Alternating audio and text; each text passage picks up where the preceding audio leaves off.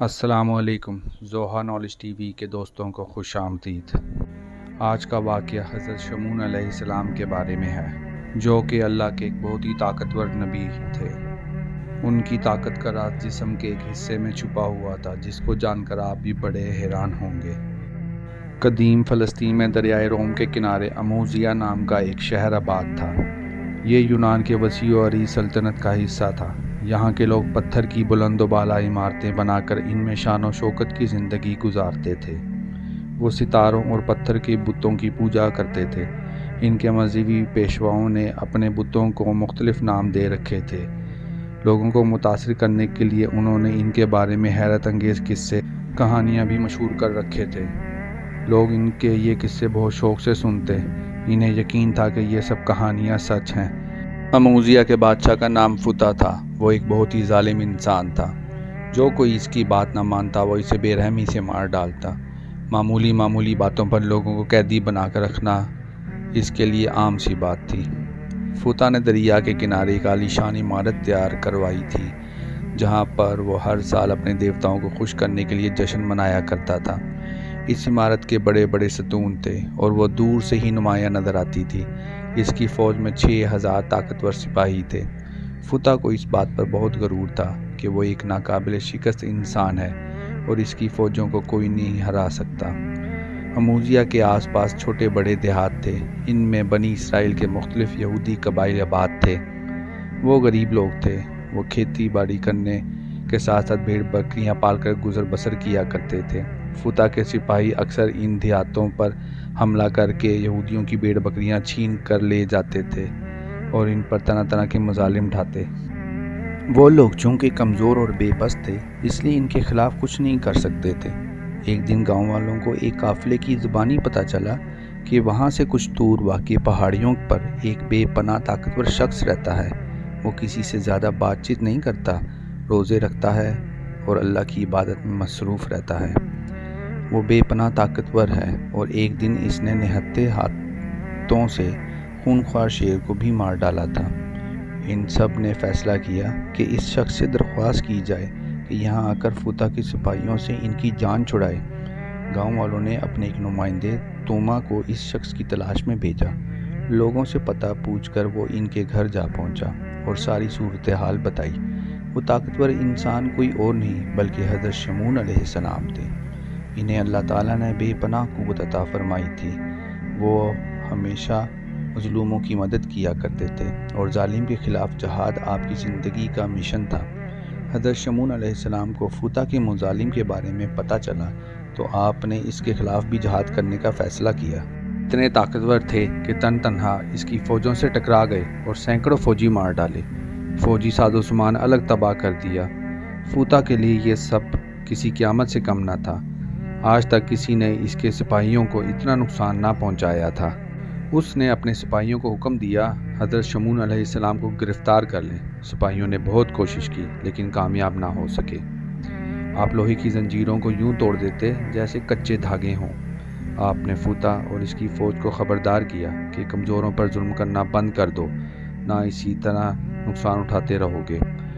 جب فتا اپنی حرکتوں سے باز نہ آیا تو آپ نے بھی اپنی کارروائیاں جاری رکھی اور برابر اس کی قوم اور فوج کو نقصان پہنچاتے رہے۔ فتا کا لشکر اور قافلے بھی آپ سے محفوظ نہ تھے۔ اللہ تعالیٰ آپ کو کافروں پر ہمیشہ فتح یاب رکھتا تھا۔ اسی وجہ سے تمام کافر آپ سے عاجز رہتے تھے۔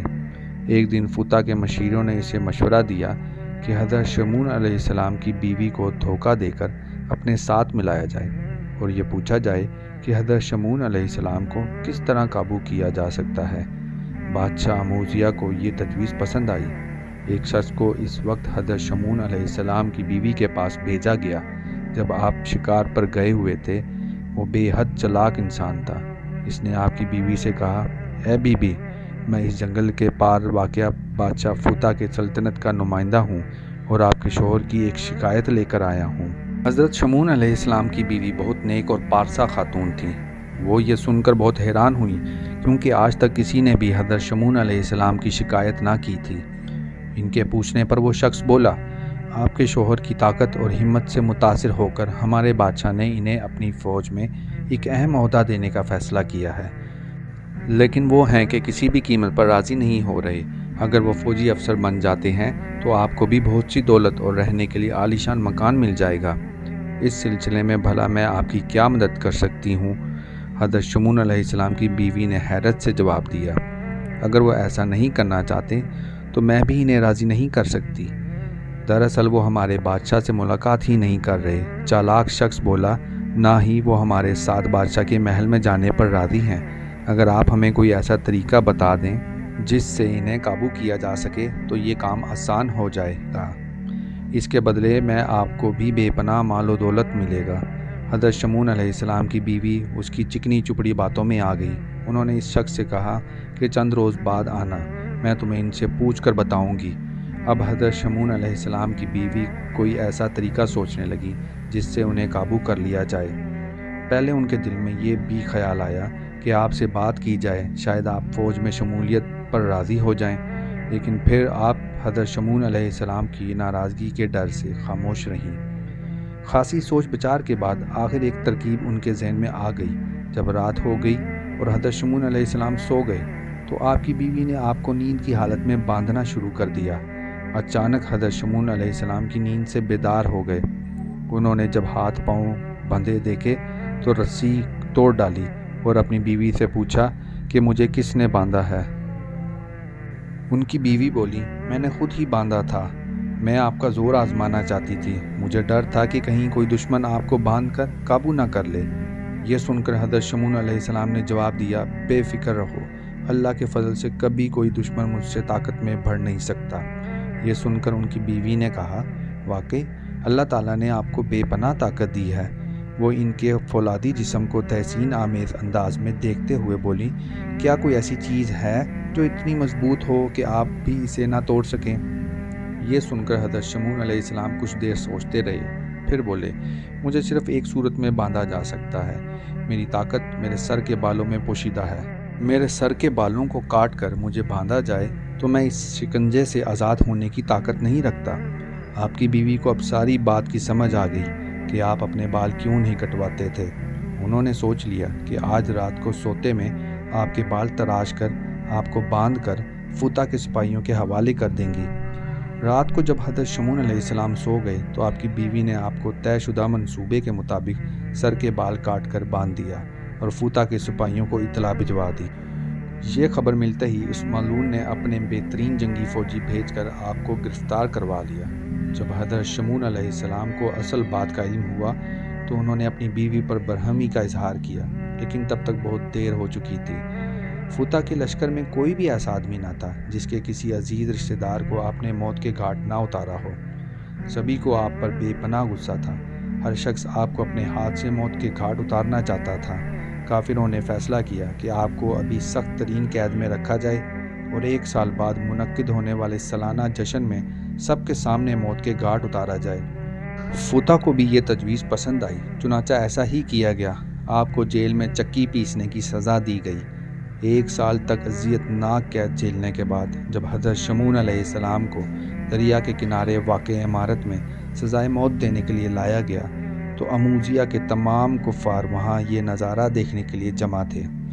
ان بے وقوفوں کو یہ علم ہی نہ تھا کہ آپ کے سر کے بال اس دوران دوبارہ اس قدر لمبے ہو گئے تھے جتنے گرفتاری سے پہلے ہوا کرتے تھے۔ انہی بالوں میں آپ کی طاقت کا راز بھی پوشیدہ تھا۔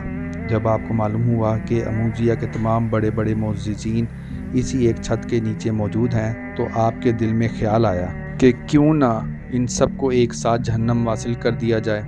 یہ خیال ذہن میں آتے ہی حضرت شمون علیہ السلام نے اللہ تعالیٰ کو یاد کر کے پتھر کے مضبوط مرکزی ستونوں کو پوری قوت سے دھکیل کر گرا دیا۔ اس کے ساتھ ہی وہ بلند و بالا عمارت وہاں موجود افراد کے اوپر گر گئی۔ یہی نہیں، آپ نے باقی ماندہ عمارت کے ملبے اور زندہ بچ جانے والے افراد کو بھی دریا میں پھینک کر غرق کر دیا۔ یوں اموزیہ کے بادشاہ سمیت اس پورے شہر کا نام و نشان مٹ گیا۔ حضرت شمون علیہ السلام اللہ تعالیٰ کا شکر بجا لائے کہ اس نے آپ کو کفار پر غلبہ عطا فرمایا اور اپنے گھر جا کر اپنی بیوی کو مار ڈالنے کا ارادہ کیا۔ اللہ تعالیٰ کے حکم سے ایک فرشتہ آپ کے پاس آیا اور کہا کہ اللہ تعالیٰ فرماتا ہے، اپنی بیوی کو مت مارو اور کوئی اذیت بھی مت دو، کیونکہ اس نے نادانی سے بادشاہ فوطا کے دھوکے میں آ کر تمہیں باندھ کر اس کے حوالے کیا تھا۔ اس لیے اس کا یہ قصور معاف کرو اور اس کے ساتھ نیک سلوک کرو۔ آپ کی سمجھ میں یہ بات آ گئی کہ اللہ تعالیٰ معاف کرنے والے کو پسند فرماتا ہے۔ اس کے بعد آپ نے اپنی باقی عمر اللہ تعالیٰ کی عبادت اور لوگوں کی خدمت میں گزار دی۔